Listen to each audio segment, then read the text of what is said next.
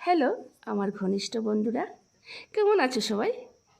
আমি আবারও চলে এলাম তোমাদের সামনে নতুন একটা পর্ব নিয়ে।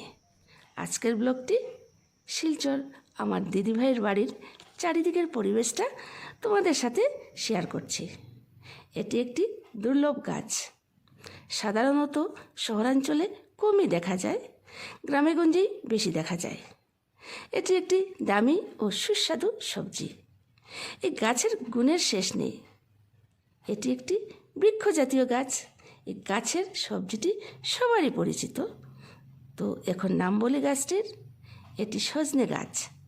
বৈজ্ঞানিকরা নাম দিয়েছেন মোরিঙ্গা ওলেইফেরা।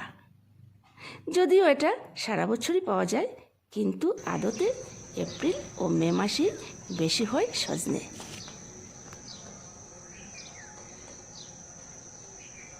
সজনের ডাঁটা দিয়ে ডাল তরকারি রান্না করা হয়। সজনে পাতা দিয়ে ভালো পকোড়াও হয়। পাতা বেটেও খাওয়া যায়, আবার শাক হিসেবেও খাওয়া যায়।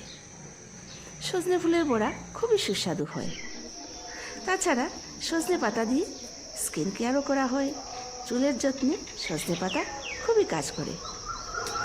এক কথায় এই গাছটির শিকড় বাকড়, ফুল, মূল, পাতা সবই উপকারী।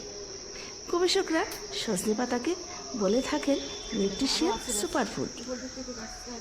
আমাদের শরীরের বিশেষজ্ঞদের মতে ছোট বড় প্রায় 300 রোগের পথ্য আছে সজনে গাছে। সজনে পাতাকে বলা হয় সুপারফুড, গাছকে বলা হয় মিরাকেল ট্রি।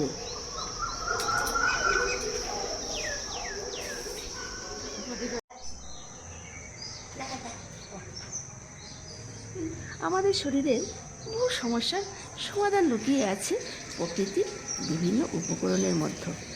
অনেক সময় সেই উপকরণগুলি আমাদের নজরে আসে না।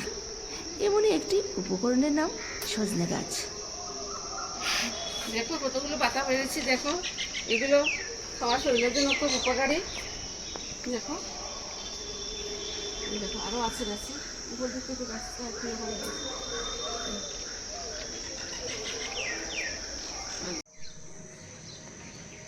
বাড়ির পরিবেশটি দেখো, অসাধারণ প্রকৃতির অবদান। চোখ জোড়ানো, মন মাতানো সবুজের সমারোহ। আমি সকালের দিকেই ভিডিওগুলো করেছি, তাই পাখির কলতানো শোনা যাচ্ছে।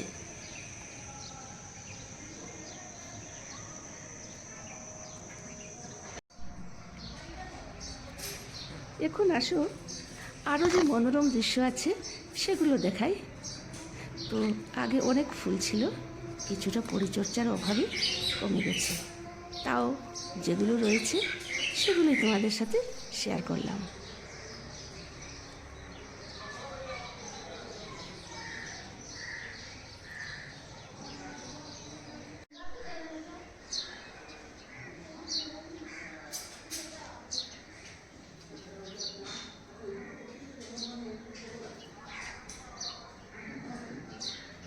ফুলের সৌন্দর্য আর পাখির কলতানে আমি মুগ্ধ হয়ে গেলাম।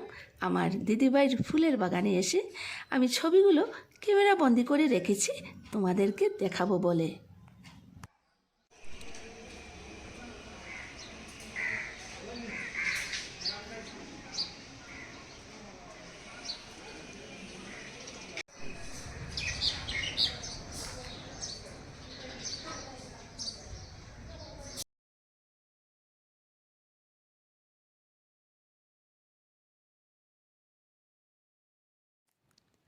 আরও অল্প রয়েছে বাকি। এই দেখো আমাদের এদত অঞ্চলের কামরাঙ্গা মরিচ। এটি ঘ্রাণযুক্ত, যেমনি ঝাল তেমনি স্বাদ।